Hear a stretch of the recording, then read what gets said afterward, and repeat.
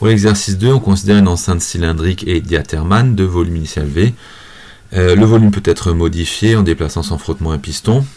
L'ensemble est maintenu à une température donc, de 373.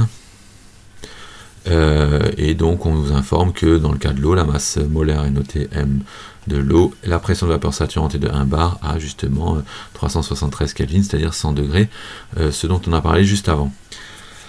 Voilà, donc le cylindre est initialement vide, le piston est bloqué, donc je rappelle que on a donc là maintenant un volume fixe et en revanche des parois diathermanes donc qui effectivement permettent le transfert thermique, donc ce qui permet d'avoir l'équilibre des températures, c'est-à-dire la même température à l'extérieur et à l'intérieur du système.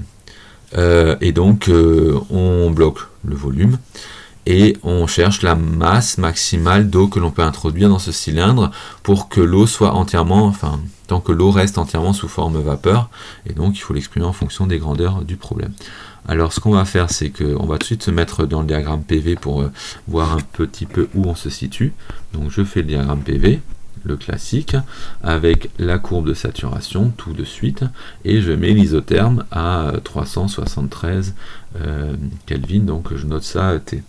Alors ce que je vais faire, c'est que on nous parle de deux masses, donc on nous dit au départ, on met, imaginez le piston, on met juste une micro-gouttelette d'eau dans un volume énorme, d'accord, vous avez cette petite gouttelette là, est-ce qu'elle reste gouttelette, est-ce qu'elle se transforme en vapeur, est-ce qu'il y a un équilibre liquide-vapeur, en gros où est-ce qu'on se situe dans le diagramme, d'accord. Les questions à se poser c'est, est-ce que j'ai de la vapeur, est-ce que j'ai un équilibre liquide-vapeur, ou est-ce que j'ai que du liquide, enfin du liquide et au-dessus du vide.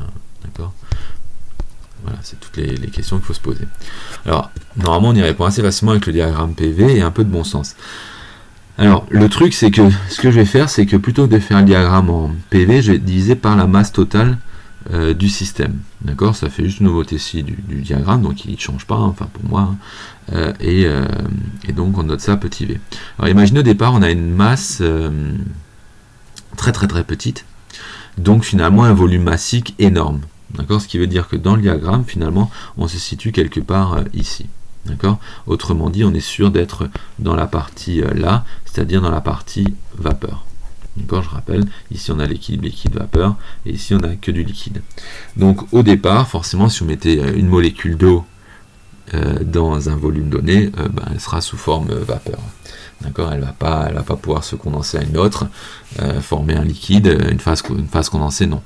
Bon, évidemment, si on met plusieurs molécules, on peut se poser la question, mais bon, on conçoit que s'il y en a très peu, on est plutôt sous forme vapeur. Et le diagramme le confirme.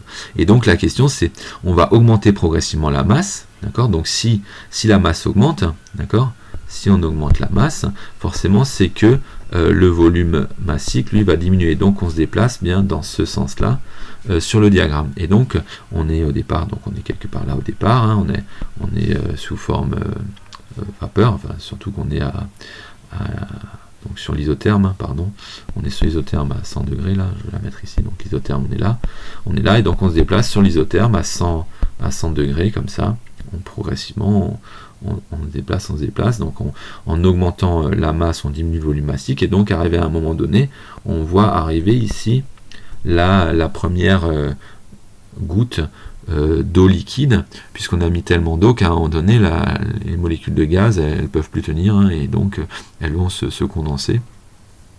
Et donc ici, on a apparition donc, de la première goutte d'eau liquide. Tant qu'on était avant ce point-là, on avait de la vapeur sèche, comme son nom l'indique, c'est-à-dire il n'y avait pas de liquide, et là on arrive au point de vapeur saturante, c'est-à-dire apparition donc de l'équilibre liquide-vapeur à cet endroit-là. Et donc la question c'est quelle est finalement la masse critique qui fait apparaître cette goutte d'eau. Donc il suffit d'écrire donc la condition d'apparition, qui est simplement l'écriture de la loi des gaz parfaits, puisque là quand le liquide apparaît effectivement, on est d'accord que le volume total il est égal au volume du liquide plus le volume de la vapeur, et bon, le volume liquide, on a dit qu'on le négligeait tout le temps, c'est l'hypothèse de départ du TD. Donc finalement, le volume total et le volume de gaz, c'est deux choses qu'on va confondre, d'accord, puisque je répète encore une fois, on a tout le volume qui est quasiment occupé par le gaz. Et donc finalement, on a le gaz qui a une pression PS, puisqu'on est justement au début d'apparition, donc il y a la goutte et il y a la vapeur, donc il y a équilibre, donc on est à la pression de vapeur saturante, donc PS égale nRT sur V, d'accord, et là on va simplement transformer, faire apparaître la masse et la masse molaire, donc c'est pas très compliqué, hein, puisqu'on va directement remplacer N par M sur M, et donc on va avoir M RT sur MV. Voilà, et donc la question c'était quelle était cette masse, hein, donc il faut isoler cette masse là. Alors, je vais l'écrire là, et donc on a que la masse recherchée, hein, donc la masse max, hein, est égale à PS MV sur RT, et voilà. D'accord, donc là c'est la masse critique qui fait justement apparaître le liquide à la pression égale à la pression de vapeur saturante. Alors ça a l'air pas très compliqué comme ça, puisqu'on n'utilise pas de grosses formules, mais quand même il y a des concepts essentiels, hein, d'équilibre à comprendre. Donc pour la question 2, on considère une masse m d'eau qui est justement inférieure à la masse maximale, hein, donc d'après ce qu'on vient de dire, on aurait donc pas équilibre, hein. Donc sous quel état se trouve l'eau introduite, donc justement que sous forme vapeur, et on veut modifier le volume et voir un peu ce qui se passe. Alors on va reprendre le diagramme, hein, toujours le même, hein, P volume massique, hein, égale V sur M, et donc on nous informe que cette fois-ci, toujours sur l'isotherme, qu'on a mis une masse donc plus petite que la masse limite maximale, et donc on est quelque part ici au départ, on a évidemment que de la vapeur. Donc on a vu que si on augmentait la masse, on arrivait à un moment donné au point de limite d'apparition donc de l'équilibre liquide-vapeur, donc de vapeur sèche, on passe à vapeur saturante. Là, la question c'est que faut-il faire sur le volume, c'est-à-dire que là on n'est plus à volume fixé et masse qui varie, cette fois-ci on fixe la masse et on fait varier le volume, d'accord, en bougeant le piston. Et donc la question c'est est-ce qu'il faut augmenter ou diminuer le volume pour voir apparaître de l'eau? Bon, la réponse est évidente, hein, on sent bien qu'il va falloir comprimer les molécules de gaz pour qu'elles se rassemblent et donc forment une phase condensée. Et ça se voit aussi sur le diagramme, hein, puisque là, ce qu'on veut, nous, c'est justement se déplacer dans ce sens-là, pour arriver vers ce point limite là, et donc il faut évidemment diminuer le volume, hein. Si le volume diminue, on se déplace bien dans ce sens-là, le volume massique aussi, si on est à masse constante. Donc là on répond à la question, et donc quel est le volume limite d'apparition de la goutte, donc à masse fixée, cette fois-ci c'est toujours la même chose, hein. On considère que à l'apparition de la goutte, le volume est à peu près égal au volume de gaz, hein, et que le gaz est un gaz parfait. À ce moment-là, la loi des gaz parfaits nous donne toujours PV égale M sur M RT. On est à la limite d'apparition donc de l'équilibre, donc la pression est égale à la pression de vapeur saturante, et donc la question c'est quel est le volume limite, et donc la masse étant fixée, il n'y a plus qu'à isoler le volume, et donc simplement une inversion de la formule précédente, hein. Il n'y a rien de bien spécial, et donc le volume limite il est ici, volume limite sur donc la masse fixée, pour le volume massique. Pour la question 3, on se place cette fois-ci sur le palier d'équilibre, hein. On introduit donc dans un cylindre de volume V, une masse M, tel qu'on a simultanément de l'eau sous forme liquide et sous forme vapeur. Et donc on demande de déterminer la fraction massique de la vapeur, c'est-à-dire la masse de vapeur sur la masse totale vapeur plus liquide, donc sur la masse initiale d'eau qui a été introduite. Donc on a sur le diagramme PV habituel, hein, on est quelque part donc sur un point d'équilibre liquide-vapeur. D'accord, donc ça, c'est l'énoncé qui nous l'indique.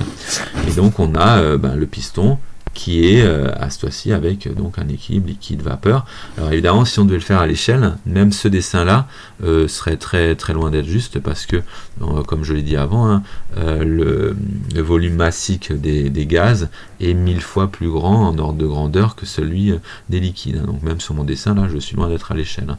Donc imaginez quand vous faites un piston où il y a en gros moite-moite de vapeur et de liquide, c'est relativement surréaliste, hein, c'est qu'on est vraiment, à ce moment-là, on serait vraiment quasiment atteint la limite du liquide surchauffé sec, hein, enfin, c'est-à-dire sans vapeur.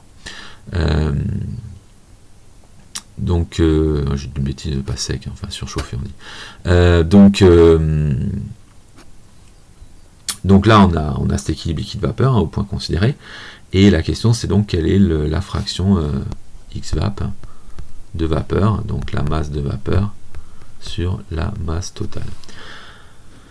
Donc si on repart du principe que le volume de la vapeur est environ égal au volume total, ben finalement on connaît le volume de la vapeur, on connaît sa pression, puisque c'est la pression de vapeur saturante, on connaît pas sa masse, c'est ce qu'on cherche, mais on connaît tout le reste. Hein. Donc finalement, si on reprend la loi des gaz parfaits, donc PV égale nRT, en mettant donc justement P égale PS, V du gaz parfait égale à peu près justement le volume total, hein, puisque là c'est le volume du gaz, mais qui est justement égal au volume total, donc je laisse V pour volume total, et donc nRT, nRT c'est la masse sur la masse molaire, RT, donc je veux simplement isoler M, donc c'est toujours M de vapeur, hein, je vais le noter comme ça, et donc j'ai M de vapeur qui est égal à PS, M, V sur RT, et donc si je veux XVAP, j'ai juste à diviser par la masse totale, et donc j'aurai XVAP, voilà. Bon, c'est pas plus compliqué que ça, ça reste toujours autour des mêmes formules, sauf ce qui change un peu, c'est la nature de l'objet étudié.